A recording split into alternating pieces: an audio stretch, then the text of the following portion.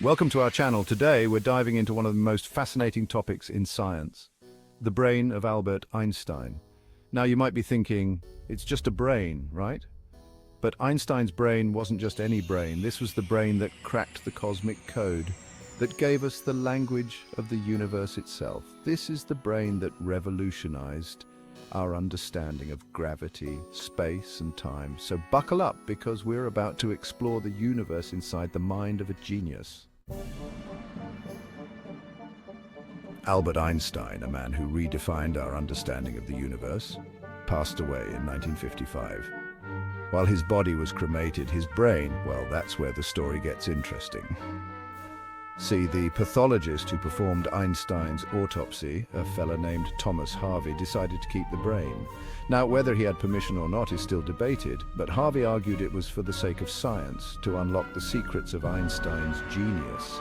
He photographed it, measured it, even sliced it into sections, preserving it for future study.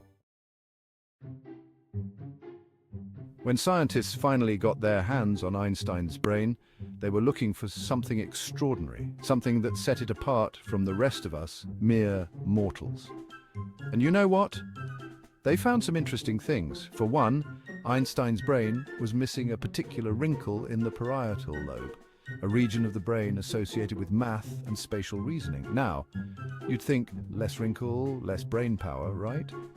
But some scientists believe that the absence of this wrinkle might have allowed neurons in that area to communicate more efficiently. It's like finding a shortcut in the cosmic circuitry of the brain.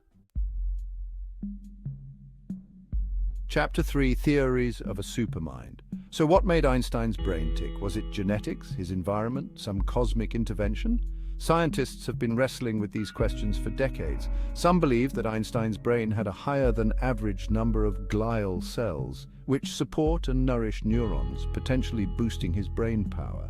Others point to the enlarged parietal lobes, suggesting a predisposition for mathematical and spatial reasoning. It's like trying to decipher the cosmic blueprint of genius, and we're still putting the pieces together. Chapter 4: The Ethics of Genius. Now, the story of Einstein's brain isn't without controversy. Some argue that removing and studying his brain without his explicit consent was a violation, a cosmic ethical no-no. Others counter that the potential scientific gains outweigh the ethical concerns, that unlocking the secrets of Einstein's brain could benefit all humankind. It's a debate that raises questions about scientific responsibility, the ownership of our own bodies, even what it means to be human in the face of extraordinary genius. Chapter 5: Unlocking the Secrets of the Mind. Even today, decades after Einstein's death, his brain continues to fascinate and inspire new research. Advances in brain imaging technology allow us to study his preserved brain in ways Harvey could have only dreamed of. We're gaining new insights into the structure of his brain, the connections between different regions, and how they might have contributed to his remarkable abilities. While we may never fully understand what made Einstein a genius, every new discovery brings us closer to unraveling the mysteries of the human mind. Outro: Einstein's Legacy, a Universe of Curiosity. Thanks for watching. If you enjoyed this video, don't forget to like, subscribe, and hit the bell icon for more fascinating science content. See you next time.